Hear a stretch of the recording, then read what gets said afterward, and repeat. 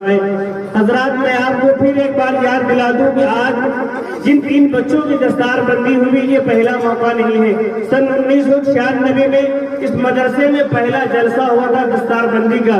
اس میں آج کے اس اجلاس کی صدارت فرما رہے صدر محترم ہمارے دوست حضرت مولانا محمد سرتاج صاحب اور ڈاکٹر محمد انیس صاحب جو حافظ ہوئے تھے اور میں بھی اس میں شامل تھا۔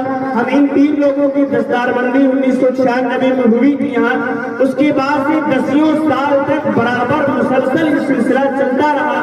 اس مدرسے سے 1 یا 2 بچے حافظ قرآن 4 بچے ہوتے رہے۔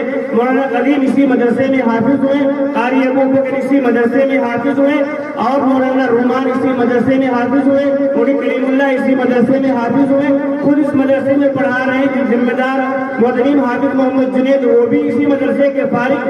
20 ہمارے ساتھی ایسے ہیں جو اسی مدرسے میں حافظ حضیر ہیں آپ کے محلے میں۔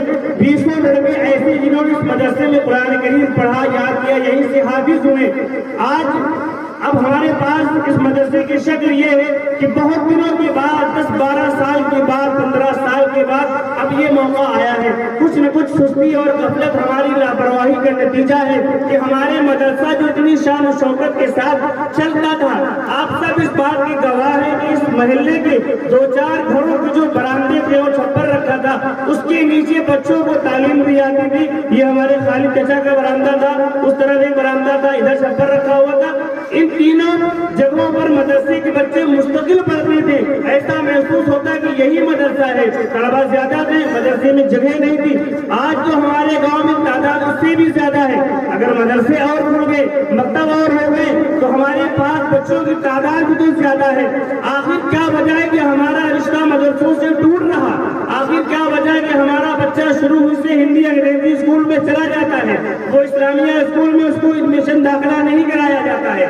آپ اس بات کو یاد رکھیں، آپ اپنے بچوں کو ڈاکٹر بنائیے، بہت اچھا۔ آپ اپنے بچوں کو انجینئر بنائیے، ضروری ہے۔ اپنے بچوں کو وکالت پڑھائیے، ضروری ہے۔ ہمیں ایماندار ڈاکٹروں کی بھی ضرورت ہے، ہمیں ایماندار وکیلوں کی بھی ضرورت ہے، ہمیں ایماندار ججوں کی بھی ضرورت ہے، اور ہمیں بہت ساری دنیوی مشاغل کرنے والے لوگوں کی ضرورت ہے۔ اس کے ساتھ ہمیں اچھے علماء اور حفاظ اور قرآن کی بھی ضرورت ہے جو ہماری مسجدوں کی رونق بنے، جو رمضان میں ہمیں تجوید کے ساتھ قرآن کریم سنائے، جو ہمیں ہماری مسجد میں امامت کرے، نماز پڑھائے۔ ہمارا سلسلہ مدرسوں سے کیوں ٹوٹا جا رہا؟ آج جب یہ مدرسے ہمارے پاس ہیں، اس میں کہیں نہ کہیں ہماری غفلت اور لاپرواہی ہے۔ ہمارے دروازے پر جب ان مدرسے کے سفیر اور ان مدرسے میں پڑھانے والے لوگ آتے ہیں، ہم بھلے سے مذاق میں کہہ رہے ہوں یا جیسا بھی کہہ رہے ہوں، ہم نے خوب سنا ہے، ہمارے کان اس بات کی گواہی دینے والے، ارے حافظ جی کیا مہینے میں 2 بار چندہ کرتے ہو؟ ارے ماسٹر سلمان صاحب آپ ابھی تو اس دن آئے تھے، پھر آگے کیا 15 دن کے بعد چلے جاتے ہو؟ اس طریقے کی باتیں دل دکھانے والی ہیں، حوصلہ توڑنے والی ہے، ہمتیں توڑنے والی ہیں۔ اگر ہمارا رشتہ ان مدرسوں سے نہ رہا اور روئے زمین پر یہ مدرسے یہ مکتب نہ رہے تو آنے والے دنوں میں ہماری نماز جنازہ پڑھانے والا نہیں ملے گا، ہمیں ہمارے کانوں میں اذان دینے والا کوئی نہیں ملے گا، ہمارے چہروں پر جو داڑھی ہے، ہمارے سروں پر جو ٹوپی ہے، ہمارے بدن پر جو سنت و شریعت کا لباس ہے، اس میں بڑی محنت ہے ہمارے ان مدارس کی، ان چھوٹے چھوٹے مکاتب کی جو 2-4 ہزار روپے لے کر کے آپ کے مدرسے میں پڑھا رہے ہیں۔ ہمیں یہ محسوس ہوتا ہے کہ ہم ان کی بڑی خدمت کر رہے ہیں۔ ہم ان کو بھی مبارکباد دیتے ہیں جنہوں نے 10 روپے اور 20 روپے کا چندہ دے کر کے اس مدرسہ قاسم العلوم کو اب تک زندہ رکھا ہے اور اس کسی نہ کسی حالت میں اس کو رواں دوا رکھا ہے۔ وہ کہیں باہر کے نہیں ہیں، وہ نیپال کے نہیں ہیں، وہ بہار بنگال کے نہیں، وہ اسی ٹکرا مرتضیٰ میں رہنے والے لوگ ہیں، اسی ٹکرا عثمان میں اس بستی میں رہنے والے لوگ ہیں جن کو ہے درد، جن کو ہے قلق، جن کو ہے محنت، جن کو ہے محبت کے قاسم العلوم باقی رہے۔ وہ 10-20 روپے کے ذریعے قاسم العلوم کی مدد کر رہے ہیں۔ آپ نے پھر وہ منظر دیکھا، اسی محلے کے اسی گاؤں کے 3 بچوں نے قرآن کریم یاد کیا، حافظ ہوئے، آج ان کی سروں پہ دستار باندھی گئی، کل انشاءاللہ یہی کھڑے ہو کر کے مسجد میں امامت کریں گے، کل یہی کسی کا جنازہ پڑھائیں گے، کل یہی کسی مسجد میں تراویح کے فرائض انجام دیں گے۔ ہم اگر اپنے بچوں کو ان سے رشتہ جوڑے رہیں تو کامیاب رہیں گے۔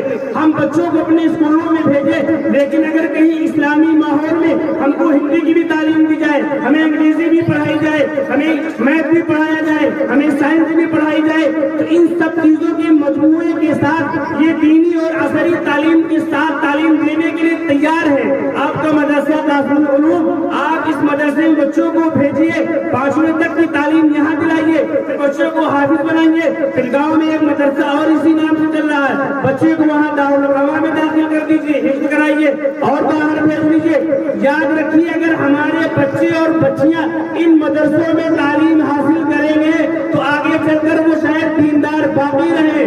ہم نے اگر ایسے مدرسے میں اسکول میں بھیج دیا جہاں پر اللہ کا نام نہیں پڑھایا جاتا ہے، جہاں پر مسجد کے بارے میں نہیں بتایا جاتا، جہاں محمد رسول اللہ کا نام لینا نہیں سکھایا جاتا ہے، ان مدرسوں میں، ان اسکولوں میں پڑھ کر ہمارے بچے بڑے ہونے کے بعد ہم کو پہچانیں گے؟ کوئی گارنٹی نہیں۔ ہمارے بچے مسلمان باقی رہیں گے؟ کوئی گارنٹی نہیں۔ ان کے سینے سے، ان کے دل سے کب ایمان ختم ہو جائے، کب ایمان چھین لیا جائے، کوئی گارنٹی نہیں۔ لہذا آپ اپنے بچوں کو، معصوم بچوں کو بچپن سے دینی تعلیم دینے کی کوشش کیجیے۔ آپ کی بچی مدرسے قاسم العلوم میں آئے اور آ کر کے حجاب کے ساتھ، دوپٹے کے ساتھ، اوڑھنی کے ساتھ دینی ماحول میں اسلامی کتابیں پڑھ کر کے وہ قرآن کریم بھی پڑھے اور پانچواں بھی پڑھے۔ اس کے لیے ضرورت ہے کہ آپ اس مدرسے کا مکتب کا ساتھ دیں، آپ اپنی جیب پر تھوڑا سا بوجھ ڈالیں۔ آج اس مدرسے کے دروازے پہنچنے والے حافظ جی کو، ماسٹر کو اس طرح نہ دیکھیں اور آپ منہ نہ بنائیں، پھر آ گئے ماسٹر صاحب، پھر آ گئے حافظ جی۔ 20-25 ہزار روپے جو مہینے بھر کی ضرورت ہے اس مدرسے کی، وہ اسی محلے، اسی گاؤں سے نکلیں گے تب یہ مدرسہ، یہ ادارہ چمکے گا۔